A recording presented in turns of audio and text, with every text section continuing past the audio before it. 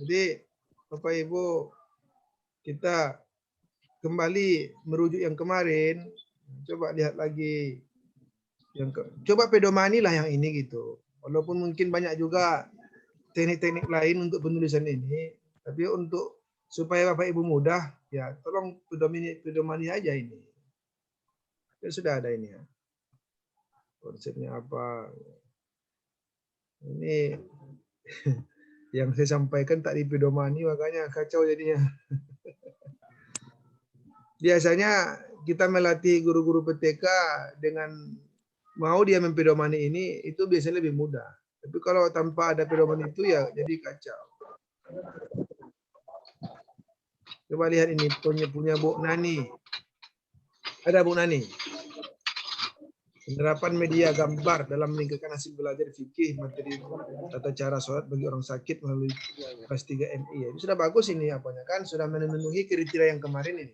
Sudah memenuhi kriteria yang sudah kita sampaikan. Cara buat judulnya sudah oke ini. Latar belakang. Tapi latar belakang ibu tetap juga tidak menggunakan apa yang disampaikan kemarin. Saya sudah bilang latar belakang itu, jadi ada bagaimana idealnya seharusnya media gambar itu katakanlah dia apa seharusnya belajar tentang sholat orang sakit itu mudah dipahami oleh siswa. Karena atau mungkin pengantarnya katakanlah setiap orang itu memungkinkan untuk sakit dan dia harus tetap melaksanakan sholat. Hanya saja tidak semua siswa mampu untuk memahaminya dengan baik. Seperti yang terjadi di anak kelas 3 MI di Sunan Ampel, Watrosobo. Bahwa hasil belajar mereka biasanya rendah. Apalagi terkait dengan materi-materi praktek yang bersifat praktek.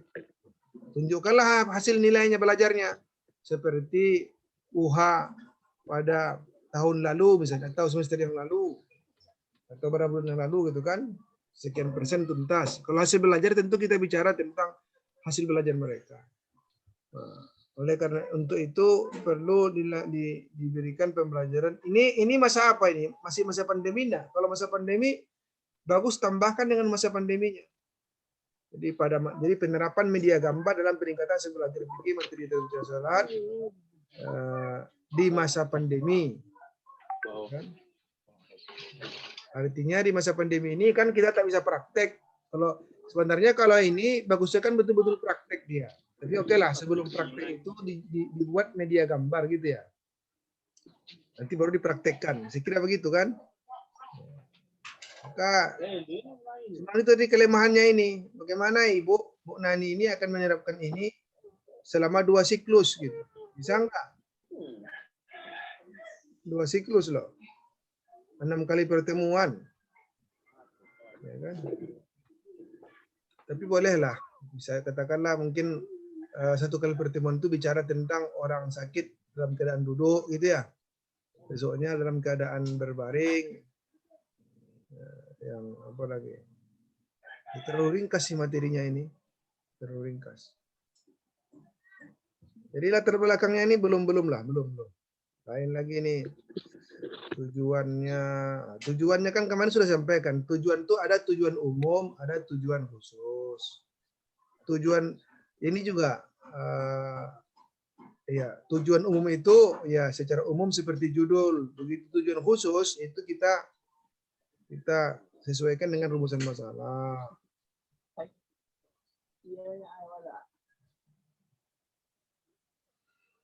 Kajian teori, oke. Pertama saya belajar. Mana kutipannya ini? Tidak ada ini kutipannya. Menurut Abu Ahmadi dalam Iketut Sadia, mana kutipannya? Catatan kaki atau badinot? Tidak ada pula. Seharusnya kan ada kutipannya, tahun berapa tulisannya itu. Media mengajar, ya seharusnya di sini hasil belajar, kemudian media pembelajaran, baru media gambar. Mana media gambar? Apa itu media gambar? Maksud media gambar. Pengertian media gambar itu apa? Jenis-jenis media gambar itu bagaimana? Cara pembuatan media gambar itu bagaimana? Nah, seharusnya itu yang jadi teori.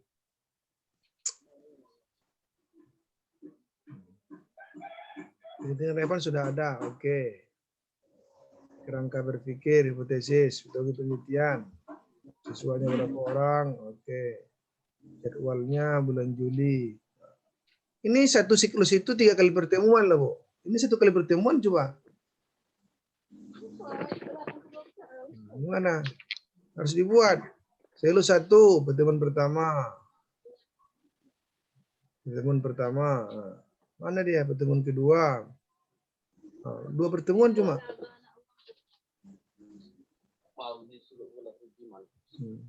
Seharusnya pertemuan ini ya langsung lah. Pendahuluan, inti, penutup. Mana penutupnya, Bu? Tidak ada. Di sini ada penutupnya. Pertemuan kedua tanpa penutup. Siklus 1.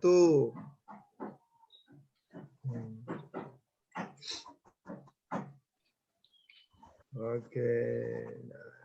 Siklus 2 juga ada ini. Jadi tanggalnya buatlah. Siklus 1-nya berapa kali pertemuan, tanggal berapa. Ini nggak jelas jadi. Ini apa lagi nih ya? Eksplorasi, elaborasi. Aduh, ini Ibu Nani ini copy paste dari internet mungkin yang lama-lama. Ini mana dipakai lagi sekarang ini? Ini K13 ini kan. Apa? KTSP. Di K13 mana lagi ada elaborasi, eksplorasi, elaborasi, konfirmasi. Ini tandanya menggunakan data lama. Sumber data. Sumber data. Sumber data itu sebenarnya yang Bapak Ibu gunakan dalam penelitian ini bukan buku-buku siswa itu. Tapi siapa siswanya? Siswa itulah sumber datanya. Siswa kelas berapa tadi? Kumpulan data. Kualitatif. Kuantitatif itu kan melalui hasil belajarnya. Kalau kualitatif berarti kita buat instrumen, ada pengamatannya, observasi. Ini belum ada ini cerita kuantitatif. Aduh, indikator keberhasilan berapa aktifnya? Masih ya, masih banyak yang apa ya? Ini ada nggak Bu Naninya? Nggak ada ya? Ada, Pak. Ada, oh, ada Bu Nani. Gimana Bu Nani? Gimana ceritanya nih? Yang penting siap aja dulu. Ya, nanti diperbaiki, Pak. Oke. Ini siapa lagi nih? Ini kalau memang pandemi, buat aja masa pandemi Bapak Ibu. Kalau memang betul-betul tempatnya masih pandemi, buat aja judulnya masa pandemi. Balah ceritakan dalam masalahnya itu bahwa di masa pandemi ini siswa kurang paham karena mereka tidak aktif. Bagaimana caranya mengaktifkan mereka? Bagaimana Bapak Ibu buat apa ya pembelajarannya?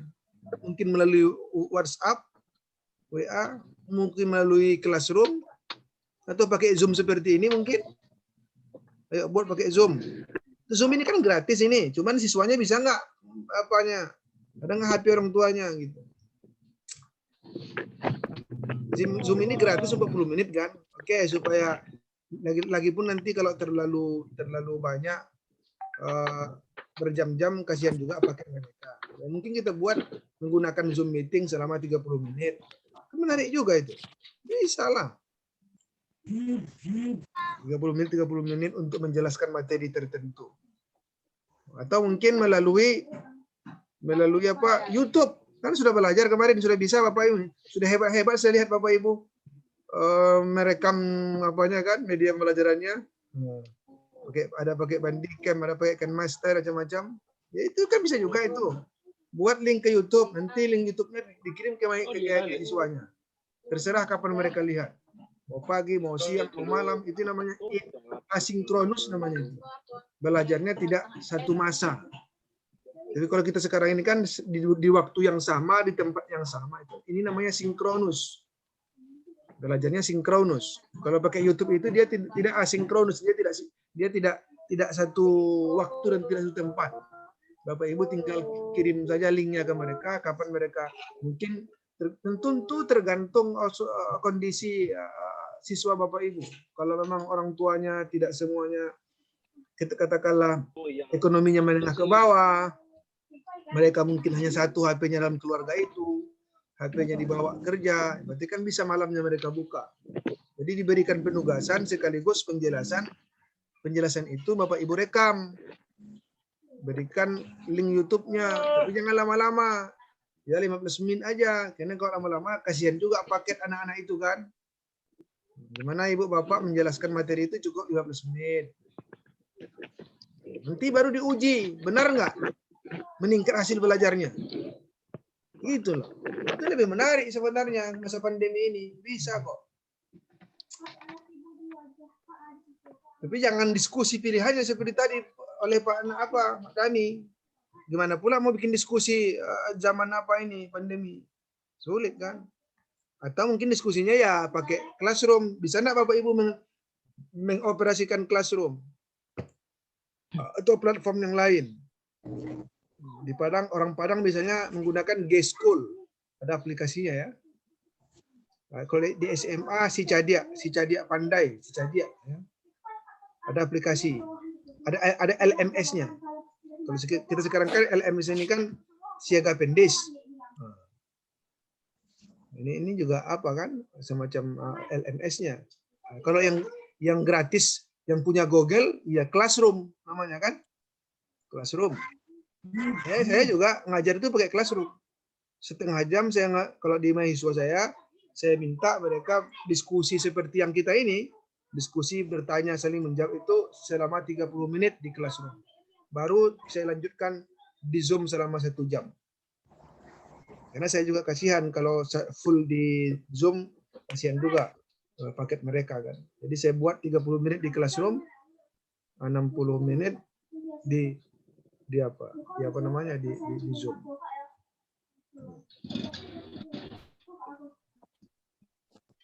Ini Classroom saya ini.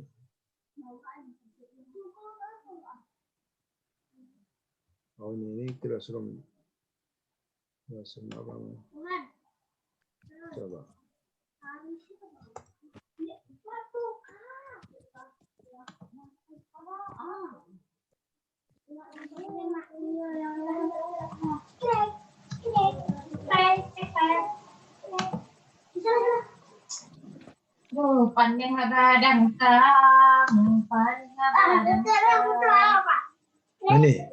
Ini contoh ini.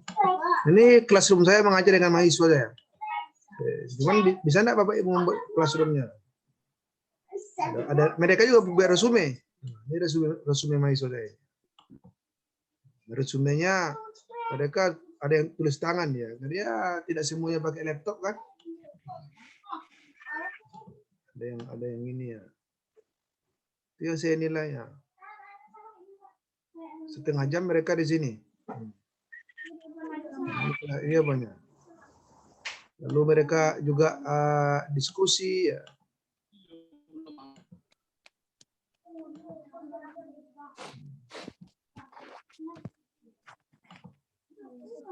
Ada diskusinya, ini dia.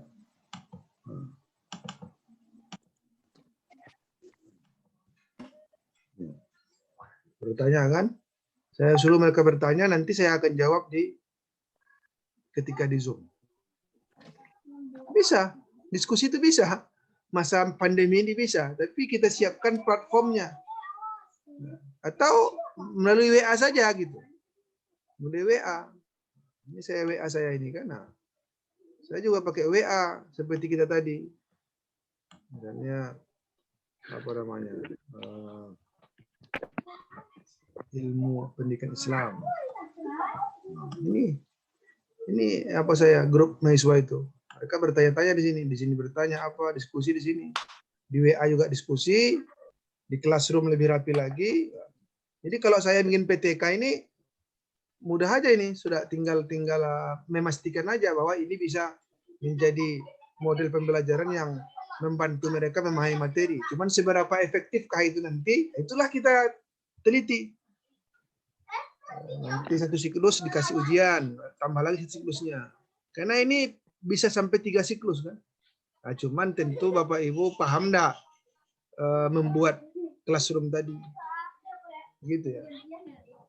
Jangan pikirannya yang apa, yang sekedar selesai. Coba kalau bisa Bapak Ibu gunakan gitu. Peningkatan prestasi belajar mata pelajaran fikih, materi problematika. Ini bagus ini, dia agak panjang kan.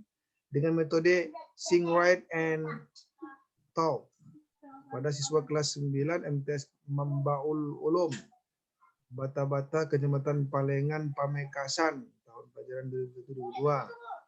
Nah, ini lagi gimana ini? Ini masa pandemi atau tidak ini? Ada Pak Rauf hadir?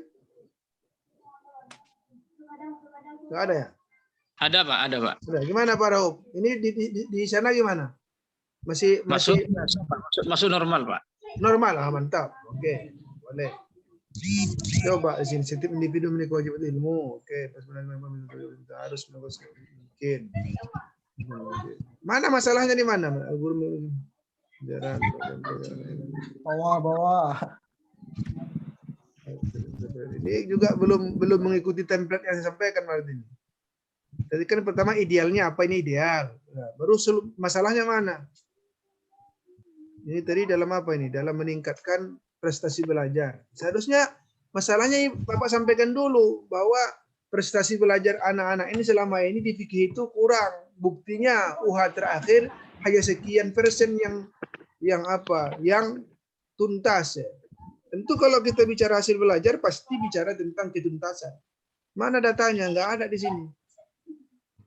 Lalu nanti kalau dibilang tidak tuntas sekian persen, baru minta testimoni wawancara dari siswa itu diperkuat dengan pengamatan Bapak bahwa nampaknya mereka hasil belajarnya rendah karena pembelajarannya monoton. Selama ini hanya menggunakan ceramah atau diskusi konvensional. Diskusi konvensional tidak menantang. Oleh karena itu, penulis menawarkan untuk menerapkan pembelajaran dengan model metode Think, Write, and Talk. Dia menulis dan berbicara ini kan, berpikir, menulis dan berbicara. Nah, karena dalam buku Sianu mengatakan begitu, ini dapat meningkatkan hasil belajar. Nah, ini nggak ada ceritanya. Seharusnya Bapak berceritakan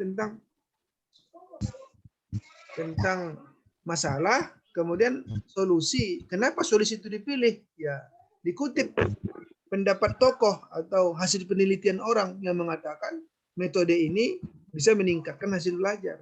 Maka penulis tertarik untuk menerapkan di MTS ini, kan begitu. Lagi-lagi tidak dilakukan yang saya sampaikan. Rumusan masalah juga belum ini. Kan kemarin kan saya katakan rumusan masalah itu ini yang masalah yang besarnya ini. Baru ada yang lebih spesifik kan. Bagaimana peningkatannya, bagaimana pembelajaran menggunakan metode ini, seberapa jauh peningkatannya, apa kelebihan kekurangannya. Kan itu kemarin yang saya minta. Tujuannya juga begitu, ada tujuan secara umum, ada tujuan secara khusus. Tujuan secara khusus itu sesuaikan dengan rumusan masalah. Kajian teori, hasil belajar, oke. Yang kedua, belajar sudah ini.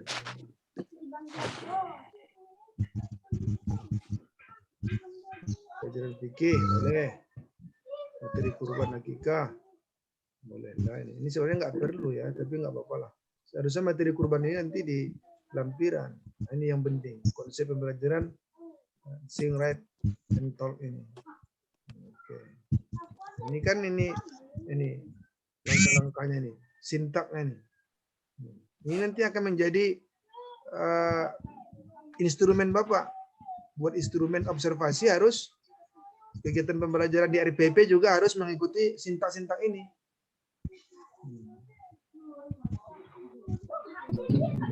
Relevan, ya. Saya kira sudah lumayan, lebih bagus ini daripada yang dua sebelumnya. Ya, sudah lebih bagus. Cuman tadi latar belakang rumusan masalah dan tujuan belum mengikuti template yang saya berikan. Kemudian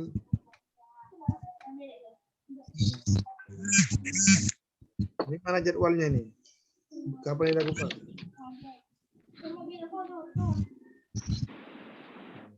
Ini belum ini ada. Belum ada ini. Tolong dibuat jadwalnya. Belum, Pak. Belum ya? Ya, siklus pertama Belum. itu berapa kali pertemuan? Tanggal berapa yang dilaksanakan? Tolong dibuat. Ya, termasuk juga tadi siswanya Iya. berapa orang jumlah siswanya? Jumlah siswanya ini ada. Oke, 30 orang. Saya kira ini bisa tidak begitu lama lagi ini apa ini? Tinggal mulai sedikit lagi, nanti tambah instrumen. Kan sudah saya kirim juga instrumen di apa itu? Di WA. Ya tinggal dimodifikasi aja, Pak. Modifikasi aja sesuaikan dengan apa? Sesuaikan dengan metode yang Bapak tawarkan. Ini oke ini. Apanya? Kalau dari segi judul, saya kira sudah tidak masalah. Tapi jangan di enter ini, jadikan satu kalimat. Ini kan karena di enter ini, jadi 2 baris. Oke, saya kira itu. Kalau sudah paham, lanjut bekerja. Tapi kalau ada yang mau diskusikan, boleh. Termasuk tadi bab 3-nya belum tuntas itu saya lihat tadi, Pak Rauf. Iya. Teruskan 3 sampai pengolahan data, ya. Analisis data. Yang kemarin, tengok aja lah di Google contoh-contoh PTK, nanti baru Bapak Ibu modifikasi saja. Karena bab 3 itu saya kira tidak jauh berbeda itu. Bab 3-nya. Yang bekerja itu Bapak di bab 1, bab 2. Kalau bab 3 tinggal penyesuaian. Tengok aja lah di internet. Saya tidak mau kemarin memberikan, khawatirnya semuanya sama jadi nanti bab 3-nya. Jadi akhirnya kena kemiripannya. Cek aja di internet, ambil bab 3-nya dimodifikasi aja. Gimana? Ada pertanyaan? Pak Arifin, Pak Nikul, Uma ini aman? Ya, Pak. Silakan, ada yang mau ditanya? Iya, ada, Pak. Kalau main ini mau tanya, bingung mau ngerjakan. Enggak, Pak, ini sudah nyampe. Yang penting jangan seperti umat Nabi Musa. Terlalu detail pertanyaannya akhirnya semakin berat kan? Enggak, waduh, enggak jadi tanya, ntar malah, Pak. Pak tanya. Coba Saya apa mau Kak Uma tanya, ini? Pak. Apa? Iya, itu tentang siklus tadi, Pak. Tentang apa? Kan judulnya itu tentang penerapan media pembelajaran audiovisual, kan, Pak. Kalau untuk siklus di 1, untuk daringnya itu mungkin bisa dicontohkan, Pak. Apanya? Siklus yang pertama tentang daringnya, apakah di situ harus ditampilkan metode-metode seperti di RPP atau bagaimana? Ya kegiatan intinya saja, kegiatan langkah-langkah kegiatannya. Kan ada perencanaannya. Nanti kan lebih detail kan RPP-nya kan di lampiran. Jangan kita ceritakan kalau perencanaannya ya kapan dilaksanakan, kemudian apa, tidak apa metodenya dan apa langkah-langkahnya. Tapi dinarasikan kan, bukan seperti RPP. Dinarasikan, ya nggak apa-apa, materinya ini, kemudian metodenya ini, langkah-langkahnya ini, langkah-langkahnya seperti RPP itu. Nanti secara utuh tentu dilampirkan RPP-nya. Itu yang seharusnya ya sebenarnya kemarin yang Bapak Ibu rancang itu bisa langsung menjadi RPP-nya, begitu kan. Nanti yang kedua lagi baru pelaksanaan. Pelaksanaannya ya dilakukan sesuai dengan RPP, mulai dari pendahuluan, inti, penutup.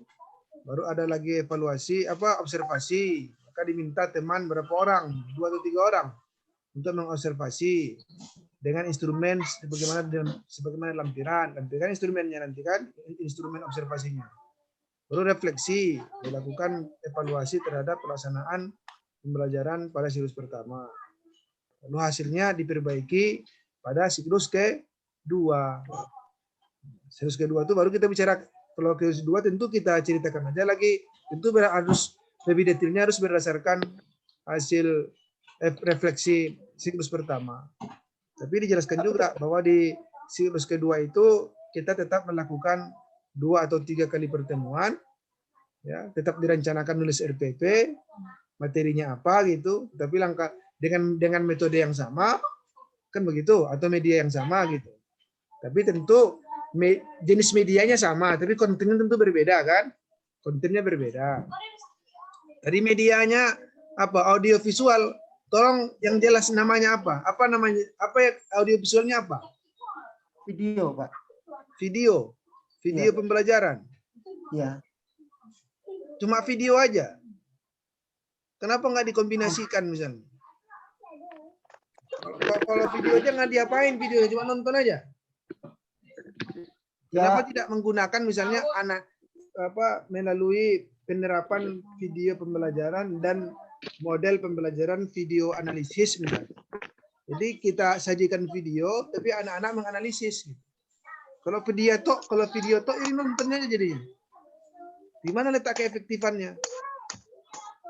Menurut saya itu kalau mau video itu aja penerapan media model pembelajaran video analisis dengan media video visual video pada mata pelajaran fikih di kelas ini gitu. Dalam meningkat. Kenapa itu? Hasil belajar kah atau meningkatkan motivasi dan motivasi? Oke, motivasi belajar boleh. Motivasi belajar boleh. Jadi nanti yang Bapak Umaini buat itu adalah instrumen motivasi. Kapan apa tanda-tanda anak memiliki motivasi? Jadi tadi dia serius belajar, antusias belajar, apalagi tidak malas-malasan. Itu nanti buat instrumennya kan, motivasi.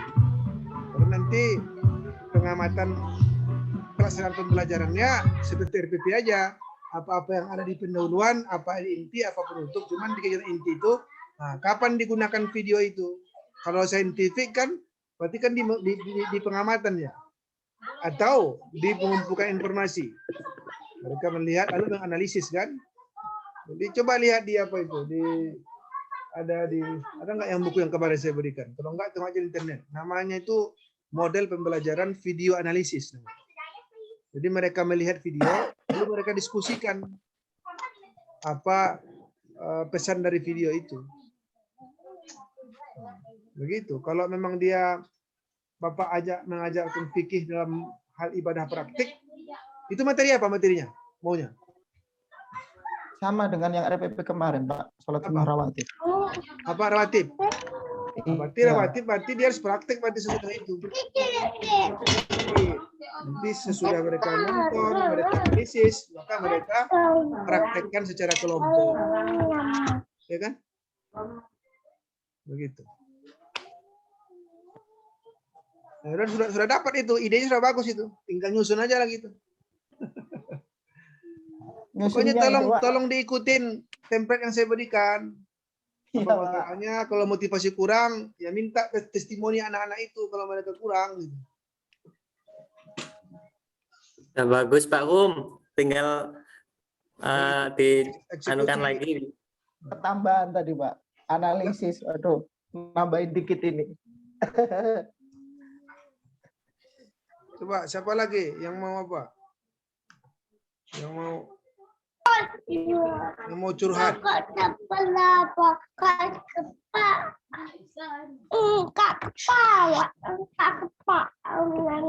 Pak, untuk tadi dikatakan kalau siklus 1 dan siklus 2 materinya kan harus beda ya? Ya kalau Tapi materinya. bagaimana kalau judulnya? Iya, itu yang saya katakan itu. Judul itu jangan sampai cuma 2 kali pertemuan. Kemarin kan sudah saya sampaikan juga. Kalau cuma 2 kali pertemuan, gimana caranya? Makanya carilah materi-materi. Terus bagaimana kalau yang tadi pakai judul ada materinya gitu, Pak? Itu yang saya sampaikan kemarin. Kayak materinya itu cari materi-materi yang memang butuh pertemuan panjang. Kalau cuma 2 kali pertemuan itu gimana caranya? Kemarin kan sudah saya sampaikan juga itu. Cari materinya yang bisa dilakukan selama 5 atau 6 kali pertemuan. Kalau cuma 2 kali pertemuan, kalau taruhlah kalau 4 pertemuan oke, berarti diulang balik dia. Diulangi balik apanya itu. Jadi mungkin materinya lebih kepada ke aspek. Misalnya ya, materi seperti tadi kan lumayan itu kurban dan akikah. Ini agak panjang kan. Kalau sunat kalau apa ini kalau rawatib ini sesudah itu apa? Bisa enggak langsung aja sholat sunat misalnya, praktik sholat misalnya. Termasuk sholat wajib iya, sholat sunat iya. Bersamaan enggak apanya? Pak Humaini, bersamaan enggak materinya itu? Materinya apa enggak? Materinya beriringan enggak antara sholat fardu dengan sholat sunat rawatib? Setelah sholat sunnah rawatib itu sholat jamak dan qashar, Pak. Ya udah Setelah- kalau begitu praktik sholat, materi sholat saja kan? Ya, Ya. materi sholat fikih nanti jelaskan di situ.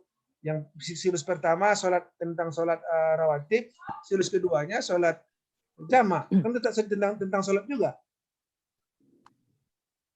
Saya kira lebih aman seperti itu ketimbang Bapak buat sholat rawatib tok. Sementara sholat rawatib cuma 3 kali pertemuan. Lalu gimana nanti silus keduanya? Diulang, Pak. Ah itu, akhirnya itu. Itu memang boleh saja. Ada juga yang mengatakan itu diulang, dibuat di kalau biasanya dalam prakteknya mereka buat di jam tambahan. Tapi kan diragukan juga validitasnya. Kalau diulang tentu ya dapat orang diulang-ulang. tentu meningkat hasil belajarnya. Orang dia disuruh ulang 2 kali, masa nggak dapat juga? Yang seharusnya 3 kali dijadikan 6 kali, tentu dapat ya katanya. Nah, ini masalahnya. Tapi kalau hanya untuk bicara hasil belajar, tapi kalau untuk meningkatkan motivasi belajar itu memungkinkan ya. Nggak apa-apa diulang juga materinya karena kita ingin melihat motivasinya belajar itu gitu. Artinya Bapak akan desain videonya, mungkin video pertama itu terlalu hurufnya huruf kecil-kecil kurang menarik. Besok mau ditambah pakai musik, pakai apa. Ada tadi saya lihat yang punya video siapa tadi lupa saya. Videonya pertama pembukaannya mutar-mutar gitu. Mutar siapa tadi itu? Saya sendiri pening namanya. Itu jangan terlalu banyak apa ya, jangan terlalu banyak kreasinya gitu. Tampilan pertama bolehlah. Itu apa istilahnya dalam teori media pembelajaran? Kill apa istilahnya? Membunuh pikiran. Artinya begitu masuk pelajaran baru, katakanlah tadi ada bahasa Indonesia, kita masuk fikih. Memang diberikan sesuatu yang baru bagi anak-anak itu supaya mengalihkan pikiran dia dari yang tadi ke yang fikih begitu. Ada teorinya dalam penyusunan media pembelajaran begitu. Tapi jangan terlalu panjang durasinya. Siapa tadi lupa saya tuh. Dia mutar-mutar gitu, PowerPoint-nya tampil gitu. Terlalu panjang mau apa? Saya sendiri kok gitu. Jadi tidak apa. Tapi itu bisa saja kan pada siklus pertama itu yang terjadi. Ternyata setelah dievaluasi, oh ini tidak baik, maka siklus keduanya diperbaiki videonya. Gitu. Memungkinkan itu pada materi yang sama diulang. Memungkinkan ya. Ketika yang dibicarakan itu hanya media yang dikaitkan dengan motivasi atau minatnya. Tapi ketika dikaitkan dengan hasil belajar, ini jadi masalah gitu. Kalau hasil belajar diulang-ulang tentu dia meningkat. Karena kita melihat efeknya hasil belajar. Begitu Bu Siti ya. Jadi coba dirumuskan lagi lah. Dirumuskan lagi. Ini saya lihat di internet juga banyak ini kok. Banyak apanya. Banyak contoh-contoh proposal PTK yang sebenarnya bisa Bapak Ibu adopsi. Ini ya. Ini kan sumber datanya ada kualitatif, sumber datanya siswa kelas berapa, gurunya juga, teknik pengumpulan data, kan ada di sini. Ada wawancara, ada observasi, ada dokumentasi, validasi data. Ya tinggal Bapak Ibu sesuaikan aja. Kalau ini bab 3 ini biasanya begitulah kan. Prediksi data, tendensi data ini, penyajian data. Selesai. Nah, ini kita nggak sampai kemari, kita cuma sampai di proposal. Saya tadi cuma buat ini. Saya buat sini proposal PTK PDF. Bermunculan dia banyak ini. Tinggal kita download saja. Kan banyak itu. Masuk ke gini seharusnya saya ajarin pula. Saya kan tidak menyuruh Bapak Ibu mencontek, tapi kan dari kemarin saya bilang, nggak biasa itu ATM aja, amati, tiru, modifikasi. Cuman datanya data kita, ya kita lihat real kondisi kita. Lalu yang kita lihat ini dikutip, tolong dikutip, jangan tak dikutip mereka. Ini peningkatan pemahaman penjumlahan ini mata pelajaran di luar fikih, tapi nggak masalah kan? Sesuaikan dengan fikih kita gitu. Ini juga kelas meningkatkan keaktifan prestasi belajar melalui model START pada pokok bahasan himpunan kelas 7B. Teorinya ada. Ini kan bab 2 dan landasan teori sama aja.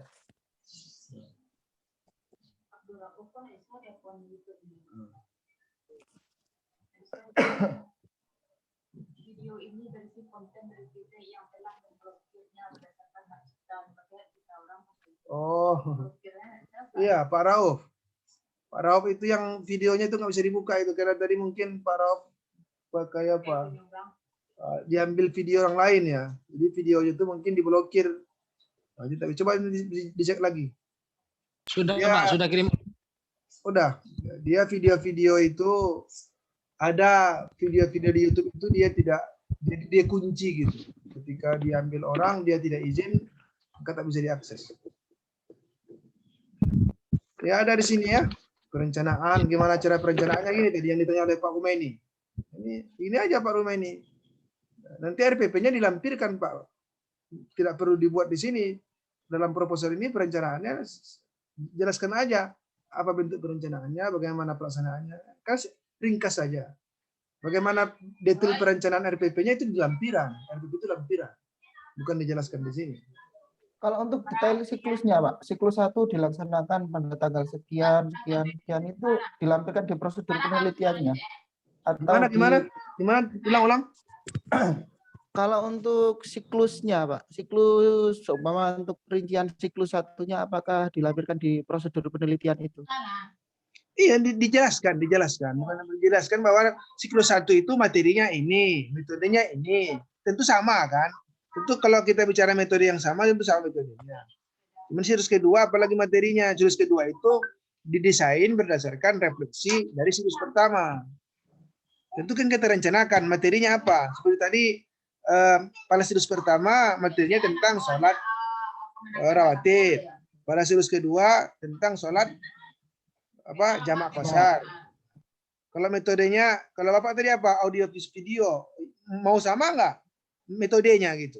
Tapi kalau tadi memang judulnya video, tentu video sama-sama video, tapi metode menyampaikan videonya sama tidak? Oh, kalau yang pertama mungkin siklus pertama videonya hanya menganalisis ketentuan-ketentuan. Nanti siklus kedua tidak hanya ketentuan tapi juga langsung mempraktekkan.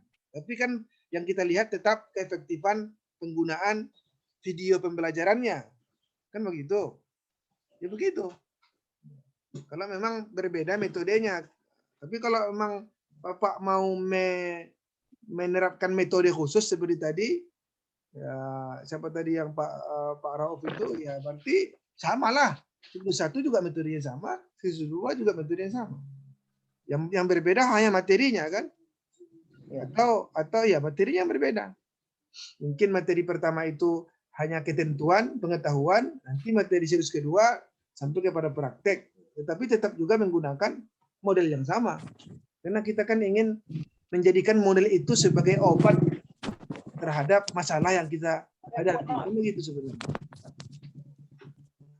Gitu ya Pak Umaini ya? Ya Pak, Ya. terima kasih. Dijelaskan saja apanya. Dijelaskan di siklus itu. Sudah. Kalau selesai, kita bekerja lagi. Jadi nggak ada Ya, Pak. libur minggu ya.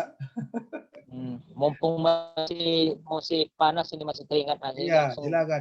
Ah, Pokoknya itu sajalah pedomani yang kemarin poin yang saya share itu, saya jelaskan itu poin-poinnya, isi dari setiap langkah-langkah itu tolong dipedomani. Dan kedua, tengok proposal orang lain yang mirip-mirip, lalu dimodifikasi. Cuma jangan lupa kutip di daftar pustaka Bapak Ibu, tolong dikutip nama proposal dia itu. Kalau dia mengutip Abu Ahmadi, tapi Bapak Ibu tidak kenal, tidak ada bukunya, ya bilang Abu Ahmadi seperti yang dikutip oleh siapa tadi? Ini proposal si Budi. Di proposal si Budi itu ada Abu Ahmadi. Ya bilang Abu Ahmadi seperti yang dikutip oleh Budi, ya sah itu kan. Tapi kalau Bapak Ibu tidak pernah lihat buku Abu Ahmadi, tetapi dalam proposal itu ada Abu Ahmadi, lalu Bapak buat aja menurut Abu Ahmadi tanpa mengutip si Budi tadi, itu salah Bapak Ibu. Itu salah. Itu mencuri kutipan orang. Atau ada sebenarnya kalau ingin lebih bagus lagi, saya cuma mengutip-ngutip proposal, ada cara lain. Kita baca proposal tadi yang orang kan, si Budi tadi. Oh, si Budi mengutip Abu Ahmadi. Kita tengok di internet, di Google Books. Ada nggak buku Abu Ahmadi itu? Oh, ternyata ada. Itu sah kita mengutip Abu Ahmadi tanpa harus menyebut nama si Budi. Walaupun tadi si Abu Ahmadi itu kita temui dari buku si Budi. Cuman kita memang dapat melacak. Kita dapatkan buku si Abu Ahmadi itu. Itu sah kita kutip. Tapi kalau kita tak pernah kita temukan nama Abu Ahmadi di buku si Budi, tetapi kita tak pernah menemukan buku Abu Ahmadi, kita cari pun di internet nggak jumpa juga, ya udah jangan kutip Abu Ahmadi. Daftar pustaka Bapak Ibu tidak boleh ada Abu Ahmadi. Yang ada adalah si Budi. Abu Ahmadi seperti yang dikutip oleh Budi. Gitu ya. Tapi kalau bertemu buku Abu Ahmadi itu, meskipun tadi terinspirasi atau karena dikutip si Budi, tapi kita ketemu buku Abu Ahmadi di Google Books, maka Bapak Ibu berhak mengutip Abu Ahmadi di daftar pustaka. Jadi amal jariah lah untuk sama si Budi gitu kan. Karena dari dia kita menemukan Abu Ahmadi. Begitu, ilmiah itu begitu. Sama lah dengan Bukhari kan, meriwayatkan kan. Dari mana hadis itu? Ya betul, ada sanadnya gitu. Nah, kita tidak seperti sanad saya detail itu, tapi paling tidak kita harus jujur dari mana kita temukan karya-karya itu. Itu aja. Prinsip itu Bapak Ibu pegang, ya sudah selesai itu. Jadi ikuti template yang saya berikan. Nah, coba cari 5 buah PTK di internet yang hampir sama dengan judul Bapak Ibu. Ya sudah, modifikasi aja itu. Kutip mereka gitu. Kutip buku-buku, cari buku-buku yang mereka kutip. Kalau enggak ya udah, dia aja kutip sementara. Selesai itu. Nah, butuh waktu. Mungkin Bapak Ibu cepat nggak ngetiknya. Nah, kalau lambat ya memang, kalau lama IT-nya memang lambat. Kalau nggak cepat mengetik, insya Allah